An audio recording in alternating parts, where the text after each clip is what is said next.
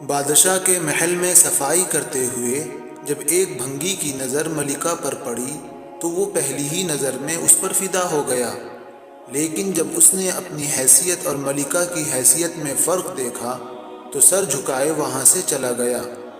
گھر جا کر وہ اسی حسرت میں تڑپتا رہا کہ اگر ایک ملاقات ملکہ سے ہو جائے تو اسے اپنی دل کی بات بتا سکوں کہ مجھے اس سے محبت ہو گئی ہے۔ عشق کی بیماری نے جسمانی بیماری کا روپ اختیار کر لیا اور وہ بستر پر پڑ گیا۔ بھنگی کی بیوی بھی اس کی ساری حالت سے واقف تھی کہ ملکہ اس کے دل میں اتر گئی ہے۔ بھنگی کی بیماری کی وجہ سے اس کی بیوی اس کی جگہ پر محل میں کام کرنے لگ گئی۔ کئی دن تک جب بھنگی ملکہ کو وہاں نظر نہ آیا تو اس نے اس کی بیوی سے دریافت کیا کہ بھنگی اب کام پر کیوں نہیں آ رہا۔ بھنگی کی بیوی یہ سن کر گھبرا گئی کہ اگر ملکہ کو اصل بات بتا دی تو نہ جانے ہمارا کیا حال ہوگا، لیکن ملکہ نے اس کی گھبراہٹ کو محسوس کرتے ہوئے اسے اعتماد میں لیا اور حقیقت پوچھی۔ بھنگی کی بیوی نے ساری صورتحال ملکہ کو بتا دی۔ یہ ساری بات سن کر ملکہ کے دل میں بھنگی کے لیے رحم آ گیا اور اس نے بھنگی کی بیوی کو کہا کہ اس سے ملاقات کا بس ایک ہی راستہ ہے، تم اپنے شوہر سے جا کر کہہ دو کہ کل وہ شہر سے باہر کسی راستے میں بھکاری کا روپ اختیار کر کے بیٹھ جائے اور بس اللہ اللہ کرتا رہے، اور اس بات کا خیال رہے کہ وہ نہ تو کسی سے بات کرے اور نہ ہی کسی کا دیا ہوا تحفہ قبول کرے۔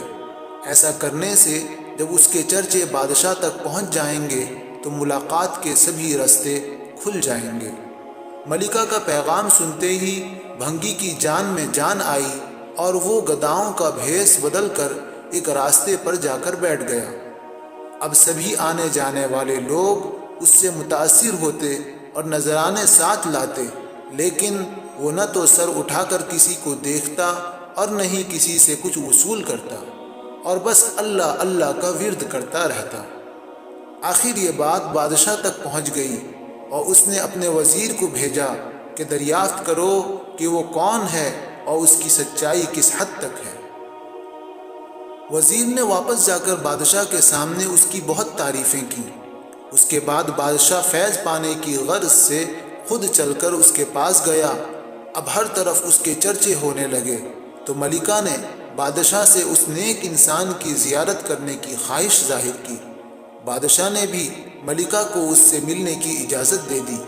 اسی اثنا میں جب بھنگی کو اس بات کا احساس ہوا کہ اب تک وہ دل سے نہیں بلکہ صرف دنیاوی مقصد کے تحت ہی اللہ اللہ کر رہا تھا اور اللہ کے پاک نام کا ورد کر رہا تھا، لیکن پھر بھی اللہ کی رحمت اس پر اس قدر ہے کہ لوگ اسے اللہ والا سمجھ کر نذرانے پیش کر رہے ہیں، یہ کرامات تو صرف زبان سے یہ پاک نام لینے کی وجہ سے ہے۔